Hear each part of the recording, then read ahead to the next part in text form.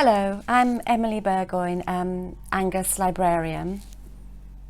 And I'm Julian Thompson, Director of Studies in English at Regent's Park College.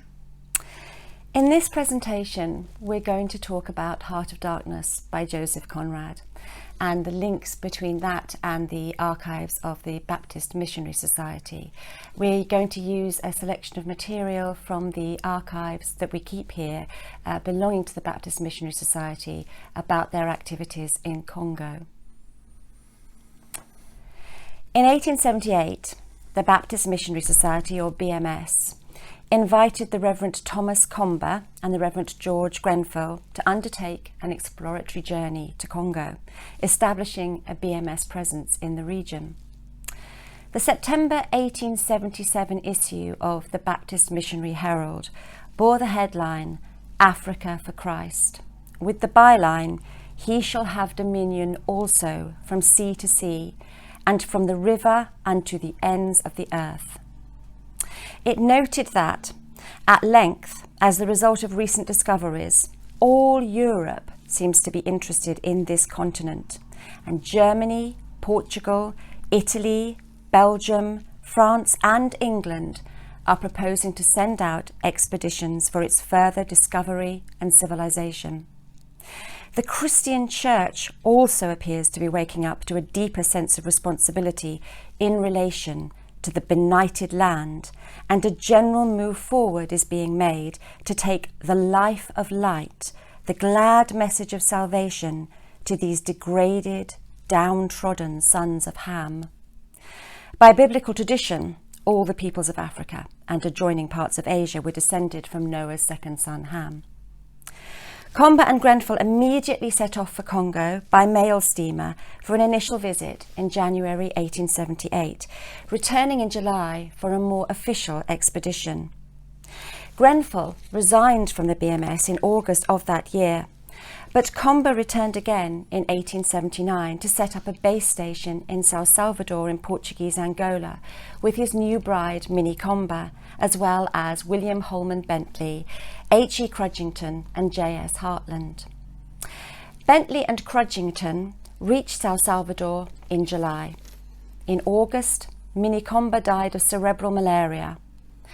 But within a week of her death, Comber set off with Hartland to travel inland. George Grenfell, meanwhile, was erecting mission buildings at Musuku and acting as superintendent of the station at Banana. Despite sickness and mortality, the Baptist presence in what was to become the Congo Free State was now established.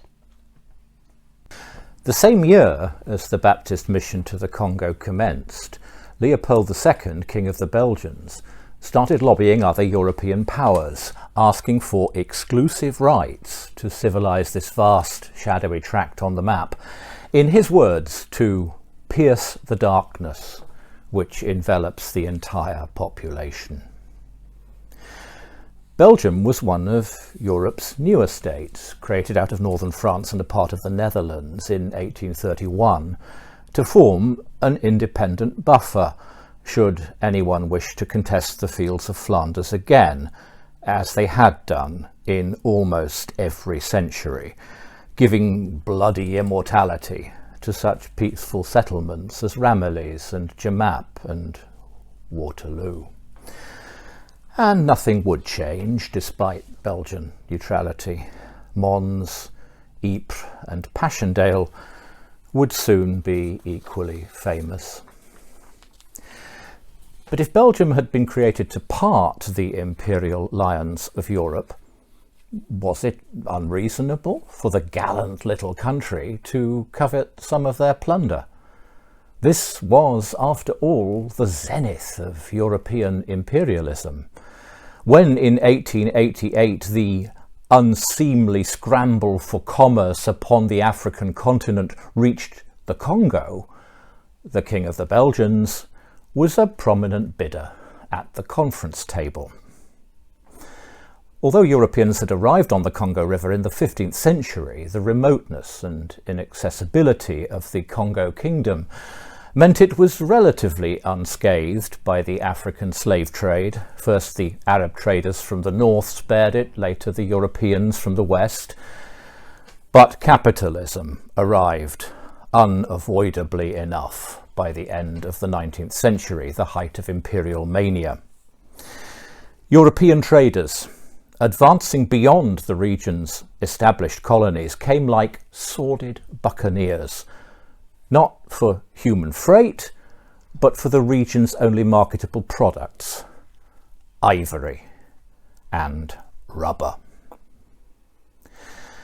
The vastness and obscurity of the Congo territory on the map had long fascinated businessmen and dreamers alike, but by the late 1880s its borders were being sealed off by these shoulder-barging empire builders. Our map shows the French Congo to the north and the British flanking the Congo with colonies in Sudan, Uganda and northern Rhodesia.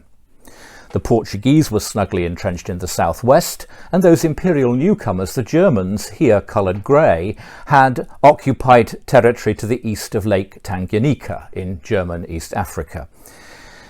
This is how the writer Joseph Conrad, of whom we shall hear much more, described sub-Saharan Africa at this time.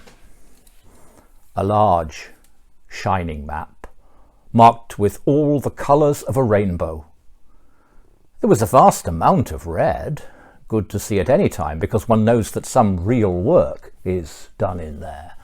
A deuce of a lot of blue, a little green, smears of orange, and on the east coast, a purple, grey on our map, patch to show where the jolly pioneers of progress drink the jolly lager beer. However, I wasn't going into any of these. I was going into the yellow, dead in the centre, and the river was there, fascinating, deadly, like a snake. From the early 1880s, Leopold's interest in Congo had become more pronounced, especially in the light of Portugal's attempts to reassert her sovereignty over the land. In early 1884, the Anglo-Portuguese Treaty was signed, which ceded control of the mouth of the Congo to Portugal. But the BMS, for a variety of different reasons, felt this may be harmful to Protestant interests, and it lent its full support to Leopold's claims to the Congo, which he made at the Berlin West Africa Conference in late 1884 and early 1885. This conference regulated European colonisation and trade in Africa, and it ultimately gave Leopold everything that he wanted: recognition of his sovereign rights over Congo. The Baptist Missionary Society, along with many others at this time, felt that this would preserve Congo as a free state, while maintaining free trade and encouraging Christian civilization. There was absolutely no sense at this point of Leopold's true intentions, which were, of course, to reap maximum profit and exploit the many natural resources of the Congo. In the BMS annual accounts of 1885, the Reverend William Holman Bentley writes that the BMS wish the Free State the most prosperous future and rejoice that under such a sovereign we shall be able to pursue our work. Not at first, perhaps, will they realise the benefit, but as the sense of security is felt, the affection of the people will be won, and King Leopold will have raised an imperishable memorial.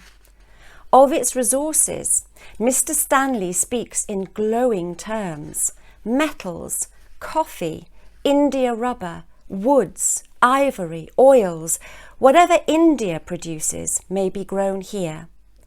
We regard this rapid opening up of the dark continent, this peaceful conquest, as altogether unique in history. The Missionary Society truly believed that Leopold wished for nothing but the most benign and philanthropic outcomes, to throw open the Congo for trade and civilization, securing religious liberty, the suppression of slavery, favour and protection to all religious, scientific and charitable enterprises, to all missionaries, scientists and explorers.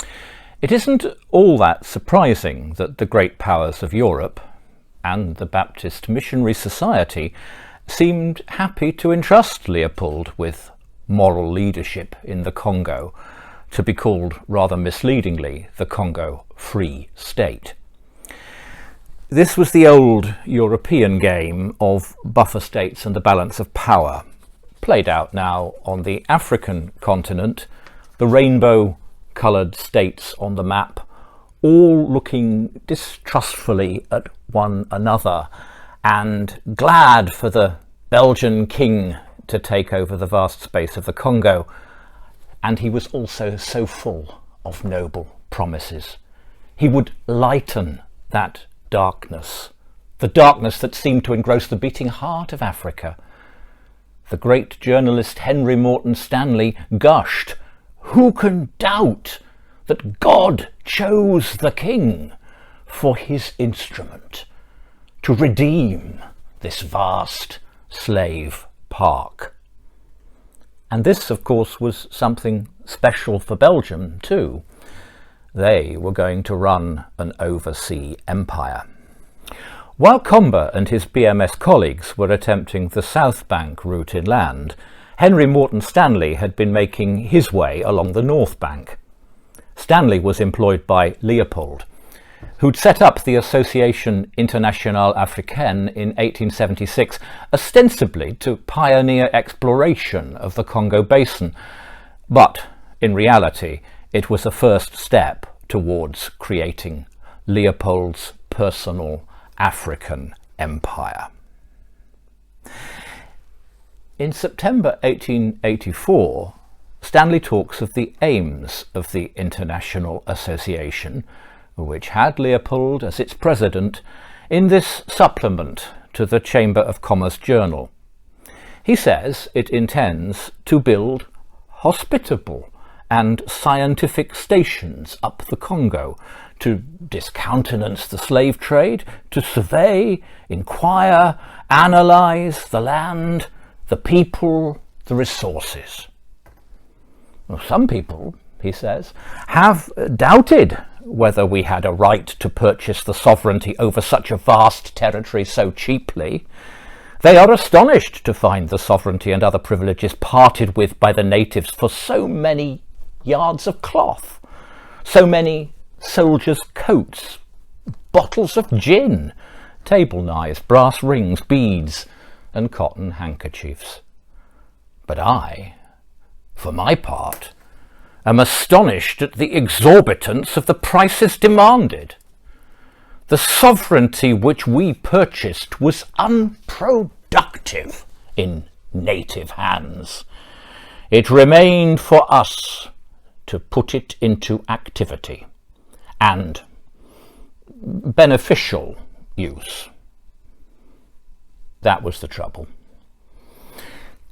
If the long-established accompaniment of African colonization was profiteering capitalism, why should this fresh-minted Belgian imperialism be any different? In fact, it was worse. Western journalists, including the great Irish patriot Sir Roger Casement and an enterprising African-American, George Washington Williams, visited the territory in the early stages of Leopold's personal rule, noticed what they thought were anomalies, fired off questions, but from the beginning, answers from the Belgian authorities were not forthcoming.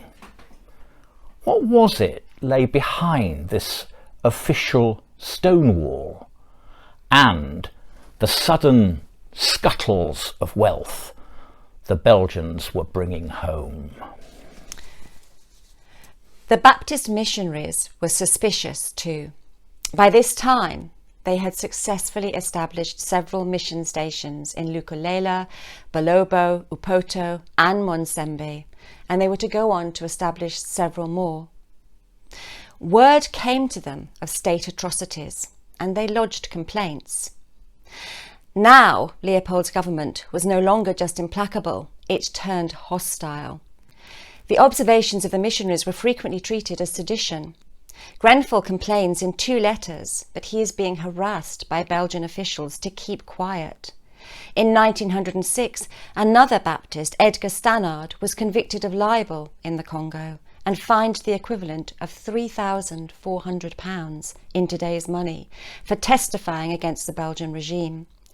In a pencil note retained here in the Angus Library, Grenfell compares the continual pressure from Leopold's regime as being trapped between the hammer and the anvil.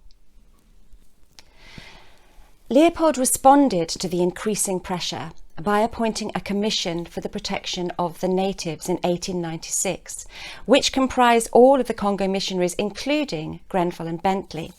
But their powers were limited, and none of them came from a district where the worst atrocities were taking place. The terrible, but by now open secret, was simply that Leopold was farming the Congo, not as a colony, but as a company, taking all the profits himself and maximising them by any means possible. Stanley's hymn to capitalist enterprise had found a land where profits could be made for next to no European outlay.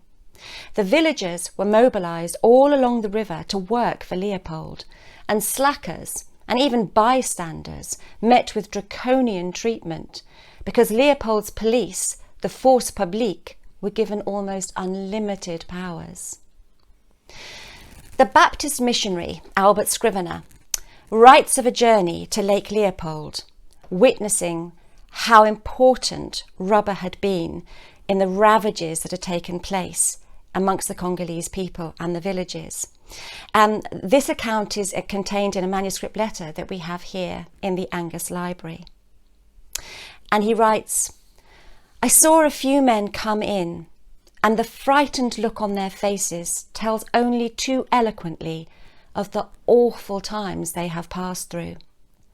As I saw it brought in, each man had a little basket containing, say, 4 or 5 pounds of rubber. This was emptied into a larger basket and weighed, and being found sufficient, each man was given a cup of coarse salt, and to some of the headmen a fathom of calico. I heard from the white men and some of the soldiers some most gruesome stories. The white man, and I feel ashamed of my colour every time I think of this, would stand at the door of the store to receive the rubber from the poor trembling wretches who, after in some cases weeks of privation in the forest, had ventured in with what they had been able to collect. A man bringing in rather under the proper amount, the white man flies into a rage and, seizing a rifle from one of the guards, shoots him dead on the spot.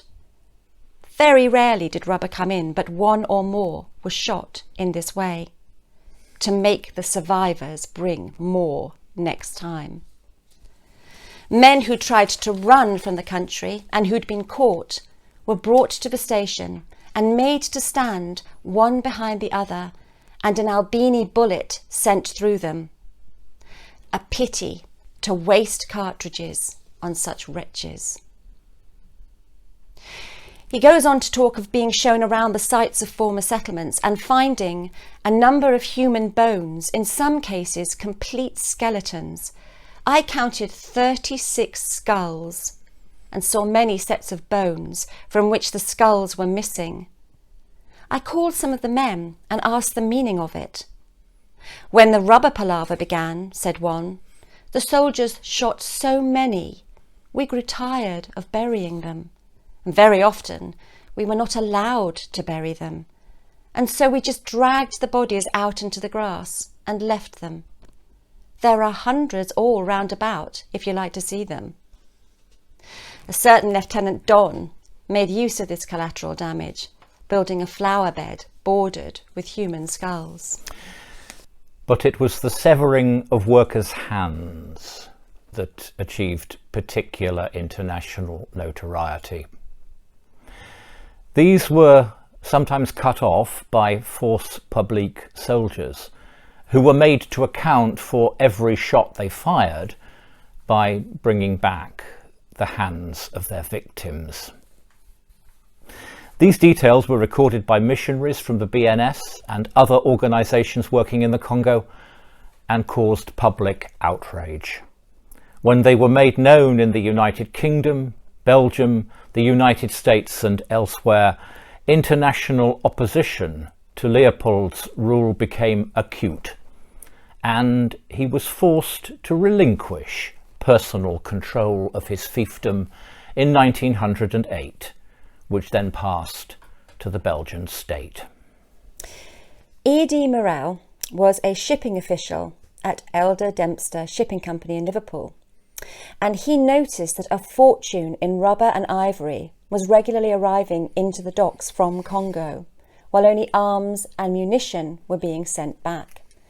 And he started to realise that something appalling and violent was unfolding in Congo. He was a brave and tireless campaigner, and he became a renowned journalist and writer who played a seminal part in awakening the consciousness and awareness of people around the world about the brutalities of Leopold's regime. His book, Red Rubber, and the reference is to the abolitionist buzz phrase blood sugar that was used more than a century earlier, offered a devastating critique of Leopold's rule in the Congo. It includes a pastiche of the papyrus of Ani the scribe, which had been discovered by British Egyptologists in 1888. In the papyrus, the soul of the deceased is weighed by the jackal-headed god Anubis against a feather to determine the weight of his sins. Only this time, it's Leopold's soul in the balance, weighed not against a feather, but a solitary, severed hand. The result seems to go against him, despite his pompous disguise as a pharaoh, and the little witnesses who look on are not Egyptians, but handless Congolese. In Red Rubber, Morel writes, "Nothing impracticable, nothing unrealisable is being demanded on behalf of the Congo natives. Only justice. They have been robbed of their property. We demand that their property shall be restored to them. They have been robbed of their liberty. We demand that their liberty be restored to them. They are bound in chains, and we demand that those chains shall be rent asunder. For 15 years they have been degraded, enslaved, exterminated. We demand that this shall stop. The Congo Free State has ceased to exist. It has given place to a political monster, an international outlaw. The reek of its abominations mounts to heaven in fumes of shame. It pollutes the earth. Its speedy disappearance is imperative for Africa and for the world." The BMS committee, however, still maintained a public show of confidence in Leopold's regime, much to the disquiet and dismay of many Baptists. Roger Casement was the British consul in Boma, and he was commissioned by the British government to investigate claims of atrocities. Casement travelled throughout the upper Congo basin, interviewing people and obtaining eyewitness accounts. His report exposed the brutality and the violence carried out against Congolese people on the rubber plantations. It became known as the Casement Report, and it was published in 1904. The report provoked controversy, and when it was made public, a number of interest groups were formed, such as the Congo Reform Association, founded by E.D. Morel, with Casement's support, which demanded action to end Leopold's brutal regime. In 1890, a young master mariner, Joseph Conrad, signed on in Brussels, the sepulchral city, to captain a steamer, wryly named Le Roi des Belges, up the Congo River.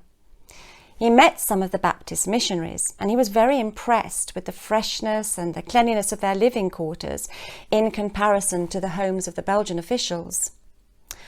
On the Sunday the 27th of July, in his diary, Conrad writes, "Left at 8 a.m. Sent luggage carriers straight on to Luasi, and went ourselves round by the mission of Sutili. Hospitable reception by Mrs. Comber. All the missionaries absent. The looks of the whole establishment eminently civilised and very refreshing to see after lots of tumble-down hovels in which the state and company agents are content to live. Fine buildings. Position on a hill. Rather breezy." The Mrs. Comber, which Conrad mentions here, was Annie Comber, wife of Percy Comber, brother of Thomas, one of the first Baptist missionaries, whom I mentioned earlier. Like her sister-in-law Minnie, she too would die very soon after her arrival in Congo. Conrad's novella Heart of Darkness, probably the most powerful indictment of imperial atrocity ever written, is the imaginative product of his journey up the Congo River. Composed in 1898, but not published until 1902, it's a core text of both 19th and 20th century fiction.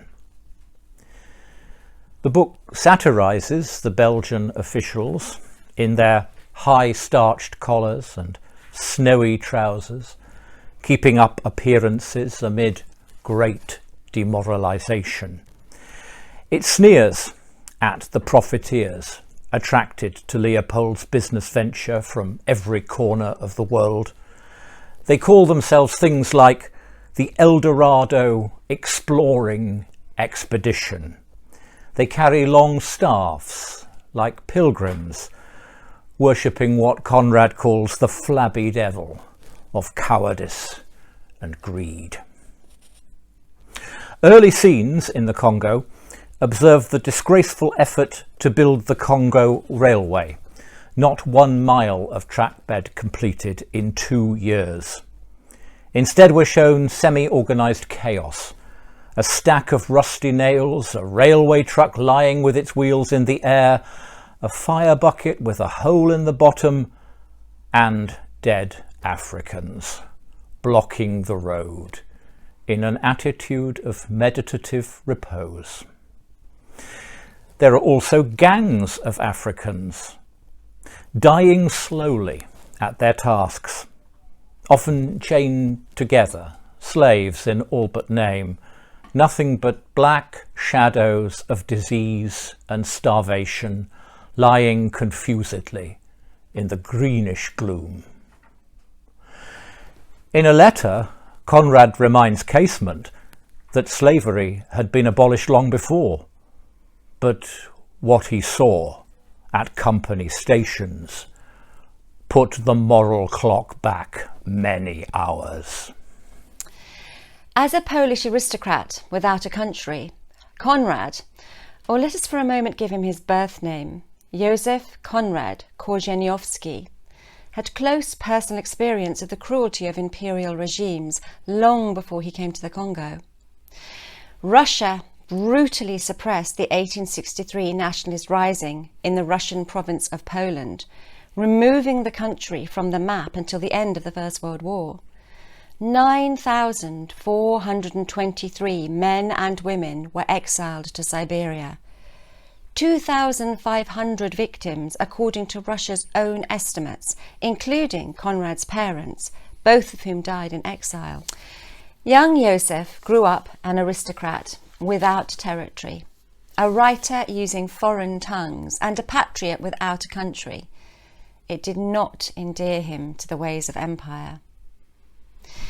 Despite this pedigree, Conrad's novella isn't primarily about the opportunistic brutality of European crowns, whether Russian or Belgian.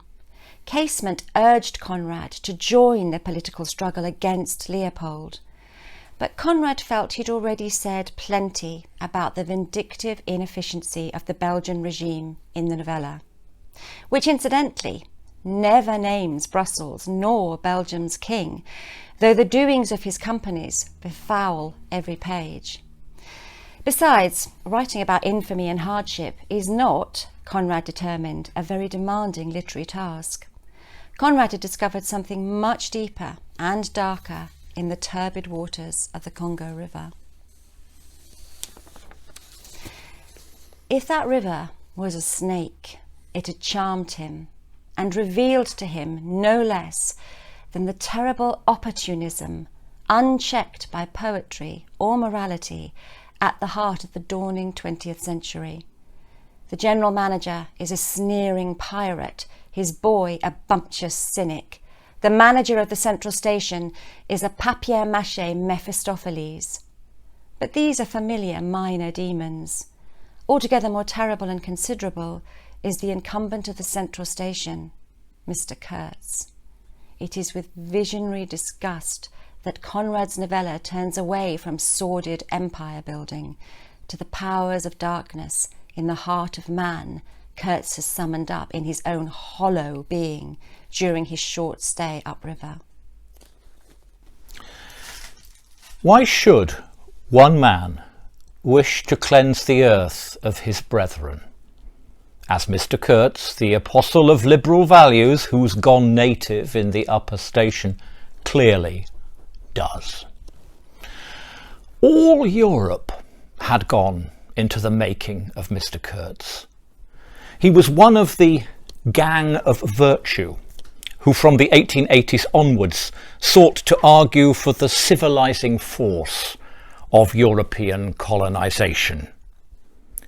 How was this angel of light morally smothered in the heart of darkness, so that he mounted his black enemies' heads on poles, so that they scowled into his compound, and he asked his devotees to crawl to him in unspeakable rites? He fulfills his contract with liberal civilization. He writes his crisp 17-page apologia for enlightened imperialism, which he prepares for the International Society for the Suppression of Savage Customs. But then he sinks his real meaning in a terrible postscriptum, as intransigent as the Nazi final solution 40 years later: exterminate all the brutes. His soul was mad, concludes Marlowe.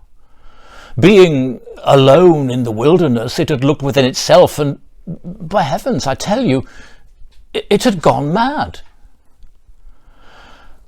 But many more, under the Third Reich or Stalin's brutal bureaucracies, would be content to go mad in Kurtz's way, as the Haitian author Raoul Peck has recently demonstrated in an HBO television documentary, for which Mr Kurtz supplies the title, Exterminate All the Brutes.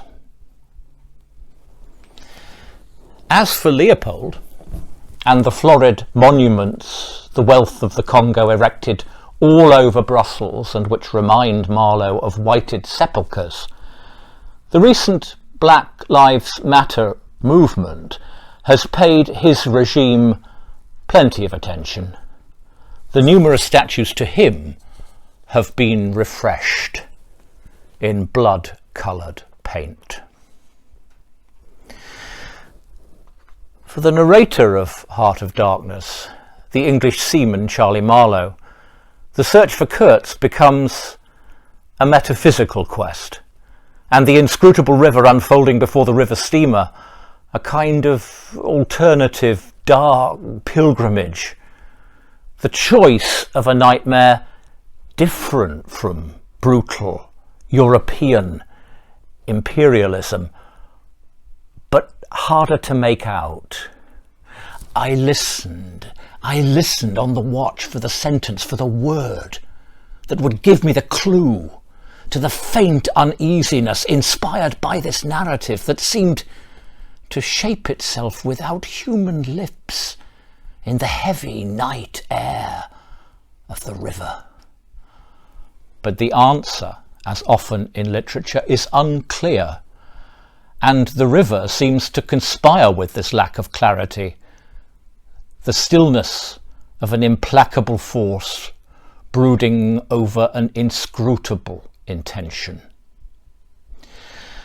What Marlowe clings onto on his pilgrimage is the need to drive his boat forward, to keep the stern wheel turning. The trees rise about him like a primeval past, but the boat, representative of the world of work and human intention, parts the river and advances like progress at just 2 miles an hour. Trees, millions of trees, massive, immense, running up high, and at their foot, hugging the bank against the stream, crept the little begrimed steamboat, like a sluggish beetle crawling on the floor of a lofty portico. It made you feel very small, very lost, and yet it was not altogether depressing, that feeling. After all, if you were small, the grimy beetle crawled on, which was just what you wanted it to do.